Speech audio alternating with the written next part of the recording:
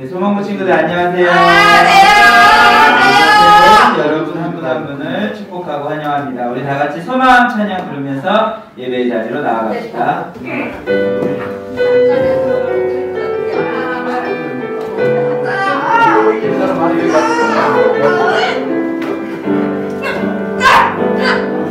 이곳에 우리 함께 모여 주님을 예배하니 얼마나 감사한 일인지 얼마나 큰 기쁨인지 마음은 걷지 못하고 다른 가을로대로 우리는 마음으로 주를 찬양하리라. 우리의 하나님을 위한 것 이곳에 우리 모인 이유 예수의 놀라운 사랑 그 사랑 그가 우리 인도하십니다. 이제 우리 다 함께 소망부 기도 크게 낭독할게요. 소망부 기도. 사랑과 은혜와 풍성하신 하나님, 오늘도 하나님을 사모하는 간절한 마음으로 예배의 자리에 나왔사오니 우리를 기쁨으로 받아 주옵소서. 예수님 이름으로 기도합니다. 아멘. 네, 샬롬. 옆 사람 축복하면서 인사할까요? 샬롬. 우리 다 같이 일어나서 사랑을 나눌 때 찬양할게요. 우리 일어선 자리에서 율동하면서 찬양하시면 될 것 같아요.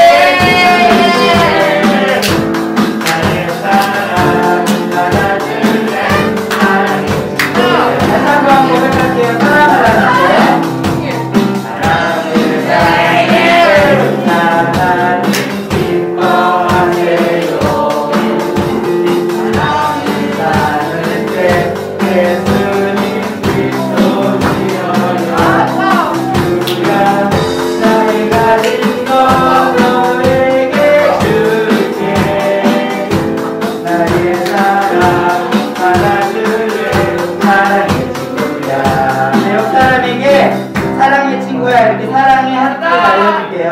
사랑의 네, 이번에는 내 하나님은 크고 힘있고 같이 찬양할게요.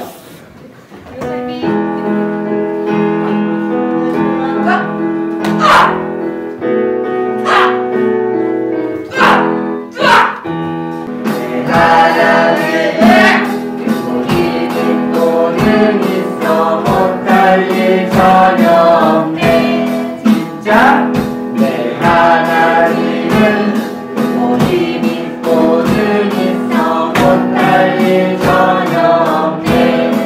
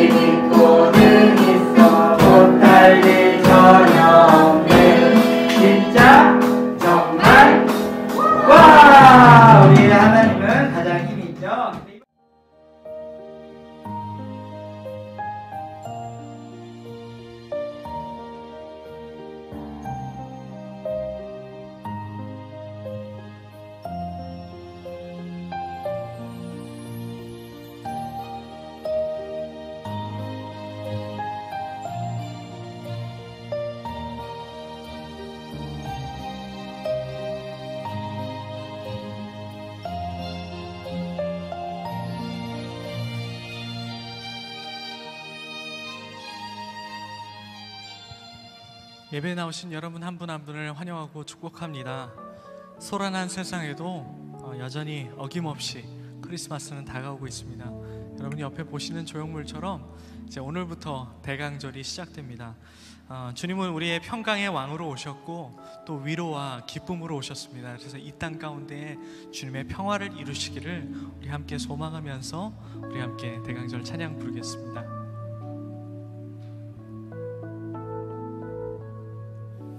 그 맑고 환한 밤 중에 무천사 내려와 그 손에 빌 받으고서 다 찬송하기를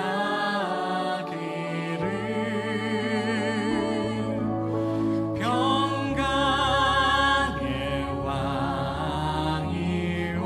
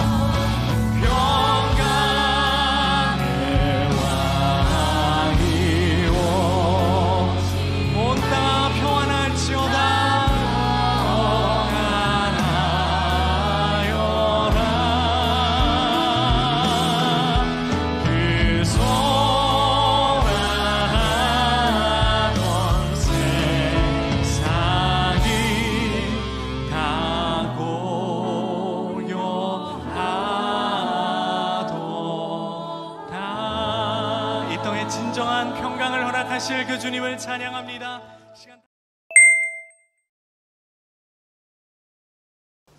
기도하겠습니다. 하나님 감사합니다. 비록 모두가 어려운 시간을 보내고 있지만 오늘도 각자의 자리에서 예배할 수 있는 환경들을 허락해 주심에 감사합니다. 소망부 친구들과 선생님 그리고 예배를 위해 기도합니다. 예배가 준비되고 드려지는 과정 가운데에서 사역을 감당하시는 분들을 축복해 주시고 소망부 친구들과 그 가족들의 삶을 인도하신 주님께서 그들의 믿음과 건강을 지켜주세요. 또한 각자의 삶 속에 어려움이 있다면 다른 것들이 아닌 기도로 이겨내게 해주시고 감사와 기쁨이 있다면 그것들을 기꺼이 나눌 수 있는 마음을 주세요.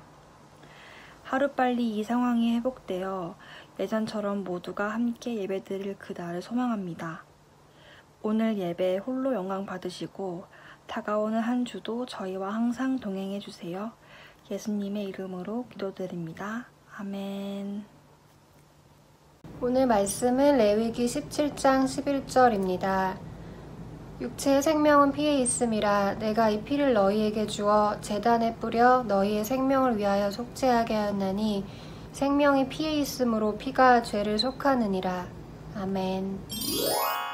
소망부 친구들 반갑습니다. 코로나가 한 주 사이에 너무 많이 확산되어서 정부 지침이 2단계로 격상되었습니다. 생각했던 것보다 너무 많은 숫자가 지금 코로나에 걸리고 있어요. 앞으로 최소 2주 정도는 건강에 조금 더 신경을 써주면 좋을 것 같습니다. 전도사님도 정말 특별한 이유가 아니면 외출을 자제하고 집에 있는데요. 집에만 있다 보니까 조금 답답하고 힘이 들지만 그럼에도 조금 잠잠해지기 전까지 우리 친구들 건강에 각별히 유의해주면 좋을 것 같습니다. 여러분 오늘도 말씀에 들어가기에 앞서 지난주 설교 내용을 복습해보는 시간을 가져보도록 하겠습니다. 첫 번째 문제입니다. 성막 건축을 감독하는 두 사람을 하나님께서는 선택해 주셨는데 그 이름은 무엇이었나요? 네, 바로 부살엘과 오홀리압이었죠. 두 번째 문제, 아론과 두 아들은 하나님을 섬기는 무엇으로 기름 부음을 받았습니까? 네, 바로 제사장이었고요. 세 번째 문제, 이스라엘 백성들은 성막 위에 무엇이 떠오르면 앞으로 나아갔고 멈췄다라고 이야기했나요? 네, 바로 구름이었고요. 끝으로 네 번째 문제, 신약 시대에 넘어와서 교회는 건물이 아닌 하나님이 거하시는 장소로 표현되었는데 우리의 몸과 마음은 무엇이라 라고 전도사님이 이야기했나요? 네, 바로 우리는 거룩한 하나님의 성전, 하나님의 교회라고 이야기 드렸습니다.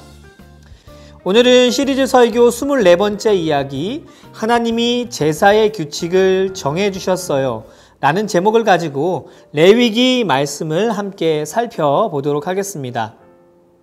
모세가 시내산에서 하나님과 함께 있는 동안 하나님은 이스라엘 백성을 위한 여러 가지 규칙을 알려주셨습니다. 이 규칙은 사람들이 어떻게 거룩하게 살아야 할지에 대해서 알려주신 것이죠.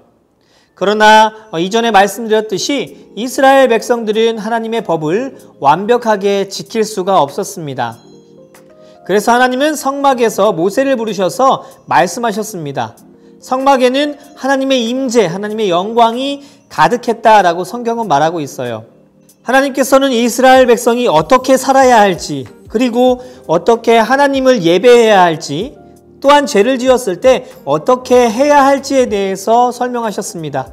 이 모든 규칙이 바로 레위기에 기록되어 있는데 하나님께서는 이러한 규칙을 주신 이유를 레위기 19장 2절 말씀을 통해서 이렇게 말씀하셨습니다. 너희는 거룩하라. 이는 나 여호와 너희 하나님이 거룩함이니라. 여러분, 하나님이 거룩하시기 때문에 하나님을 따르는 하나님의 백성들도 거룩하라 라고 하나님께서는 말씀하신 것입니다. 먼저 하나님은 제물을 드리는 방법을 알려주셨습니다. 제물이란 사람들이 하나님께 드리는 돈이나 보석같이 소중히 여기는 선물을 이야기하고 있는데요. 이 제물에는 형편에 따라 어떠한 사람들은 동물을, 또 곡식을, 빵 등을 제물로 드렸습니다.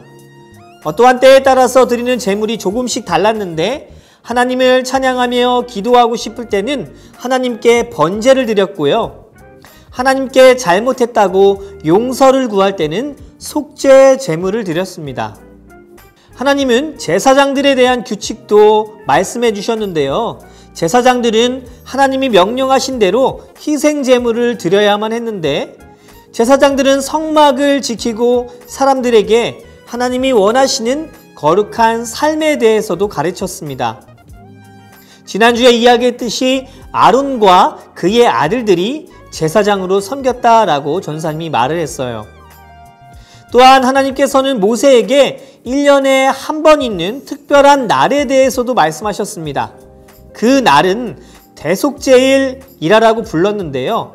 여기서 말하는 속죄라는 단어는 죄에 대한 값을 치르고 용서를 받아 하나님과 화해하는 것을 이야기하는 것입니다.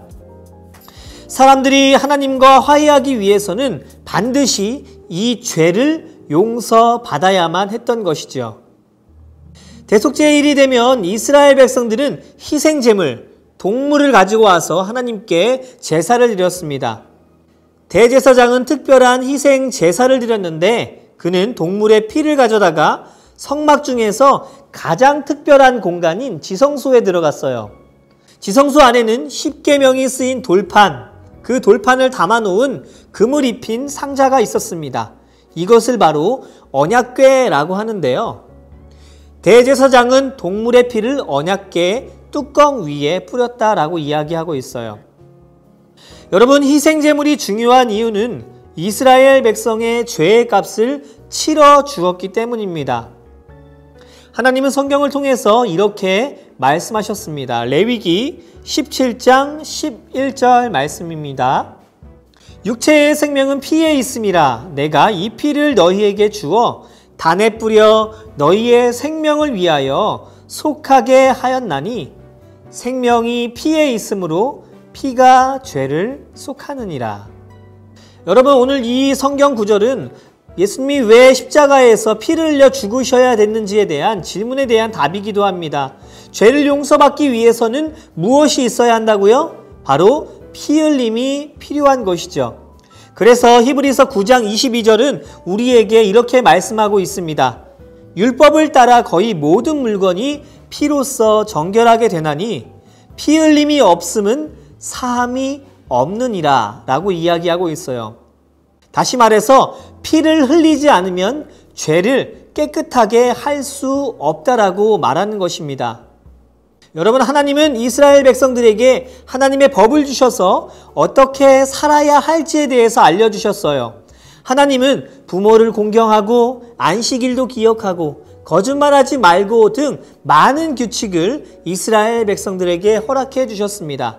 이 많은 규칙은 바로 하나님께서 거룩하시기 때문에 거룩한 그 하나님을 쫓아 거룩한 삶으로 살아가라 라고 말씀하시는 것이었죠. 하나님께서는 이스라엘 백성들에게 요구하신 희생 제물을 통해 하나님이 죄인을 버리시지 않으시고 용서하신다는 사실을 우리에게 분명하게 보여주셨습니다. 여러분, 레위기는 이스라엘 백성을 위한 많은 규칙들을 담고 있습니다. 그러나 오늘날 우리는 레위기에 있는 모든 규칙을 다 지키지는 않습니다. 왜냐하면 예수님을 믿기에 더 이상 희생 제물이 필요하지 않기 때문이죠. 죄 없으신 예수님이 자신을 완벽하게 희생 제물로 십자가에 들이셨기 때문에 우리의 죄를 단 한 번에 영원히 가져가셨기 때문에 우리는 더 이상 레위기의 법을 따르지 않습니다. 그리고 예수님을 따라서 죄를 지었을 때 우리의 죄를 고백하는 것이죠. 레위기는 우리에게 참 익숙하지 않은 책입니다. 하지만 하나님이 거룩하시기에 죄를 용서받기 위해서는 피의 희생제물이 반드시 필요하다는 것을 레위기를 통해서 요약될 수 있을 것입니다. 예수님은 우리를 위해 세상의 모든 죄를 지시고 완벽하게 그리고 완전한 희생제물이 되셨습니다. 내가 죽어야 할 그 자리, 예수님께서 돌아가심으로 인해서 우리는 하나님과 막힘없이 더욱 깊이 교제할 수 있게 된 것이죠. 여러분, 그래서 한번 하나님의 자녀가 된 사람들은 그 어떠한 것으로도 하나님의 자녀에서 끊을 수 없습니다. 왜냐하면 하나님께서 우리를 자녀 삼아 주신 것은 또 예수님을 이 땅 가운데 보내주셔서 십자가에 달려 돌아가시게 하신 것은 바로 하나님의 사랑이 있기 때문에 가능했던 것이었어요. 여러분, 그런데 우리는 종종 너무나 많은 죄를 지어서 하나님 앞에 나아가기조차 부끄러워할 때가 참 많이 있습니다. 또 그 죄의 깊이가 깊어지면 깊어질수록 하나님을 거부할 때가 많이 있습니다. 여러분, 하지만 우리가 분명하게 기억해야 할 것은요, 그리스도의 사랑에서 그 누구도 우리를 끊을 수 없다라고 하는 것이에요. 너가 죄를 너무 많이 지어서 하나님 앞에 설 수 없다라고 속삭이는 속삭임 가운데 우리가 집중할 필요가 절대 없는 것이죠. 바로 예수님께서 우리의 죄를 위해서 십자가에 돌아가심으로 우리의 죄가 단번에 깨끗하게 되었기 때문입니다. 그러므로 죄를 지었을 때 우리가 하나님 앞에 해야 될 것은 겸손하게 무릎을 꿇고 예수님의 이름으로 나아가는 것이 필요한 것이죠. 여러분, 레위기 말씀을 통해서 하나님께서는 내가 거룩하니 너희도 거룩하라 라고 말씀하셨어요. 그리고 피 흘림이 없이는 너희 죄가 사하여질 수 없다라고 규정하셨습니다. 예수 그리스도의 피 흘림으로 우리는 하나님의 자녀가 되었어요. 그래서 우리는 세상 가운데 또한 하나님 앞에 더욱더 당당하게 설 수 있는 것입니다. 그러므로 사랑하는 소망부 친구들, 세상을 살아가면서 날마다 예수님을 의지하고 예수님을 붙잡고 살아가는 전도사님과 우리 친구들이 되었으면 좋겠습니다. 예수님께서 우리를 얼마나 많이 사랑하셨기에, 또 얼마나 우리가 가치 있는 존재기에 자신의 몸을 내어주시기까지 우리를 사랑하셨는지 한 주간 묵상해 봤으면 좋겠고요. 많은 죄를 지었다 할지라도 겸손하게 예수님을 의지하여서 하나님 앞에 온전히 나아갈 수 있는 전도사님과 우리 친구들 모두가 되기를 원합니다. 함께 기도하겠습니다. 사랑의 하나님, 날마다 죄로 인해서 무너지고 쓰러지는 우리의 모습들을 발견합니다. 그럼에도 우리 가운데 소망을 품고 주님 앞에 겸손하게 나아갑니다. 나를 위해, 우리를 위해 십자가에 달려 돌아가신 예수 그리스도의 사랑을 묵상하는 한 주가 되게 하여 주시옵소서. 또한 너무나 많은 죄를 지어서 하나님 앞에 나아갈 수 없을 것만 같은 죄책감이 들 때에도 예수님을 의지하여서 겸손하게 주님 앞에 무릎을 꿇게 하여 주시고, 우리가 얼마나 귀하고 가치 있기에 예수님을 이 땅 가운데 보내주셨는지 다시 한번 깨달아 알 수 있는 귀한 한 주가 되도록 우리의 삶과 우리의 인생을 책임져 주시옵소서. 한 주간도 우리와 함께 하실 성령 하나님을 기대하며 이 모든 말씀 예수님의 이름으로 기도드렸습니다. 아멘.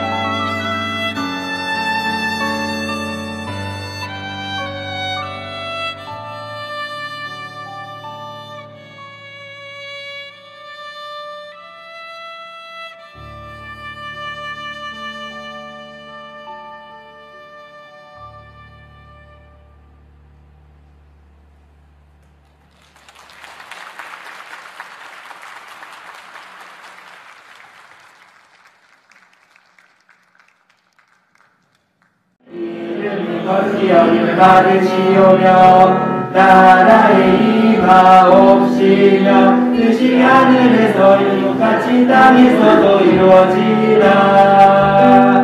오늘날 우리에게 일용할 양식 주시고 우리가 우리에게 죄 지은 자를 사하여 준 것 같이 우리 죄를 사하시고 우리를 시험에 들게 마옵시고 다만 악에서 구하옵소서. 내게 나라와 권세 영광이 아버지께 영원히 있사옵니다.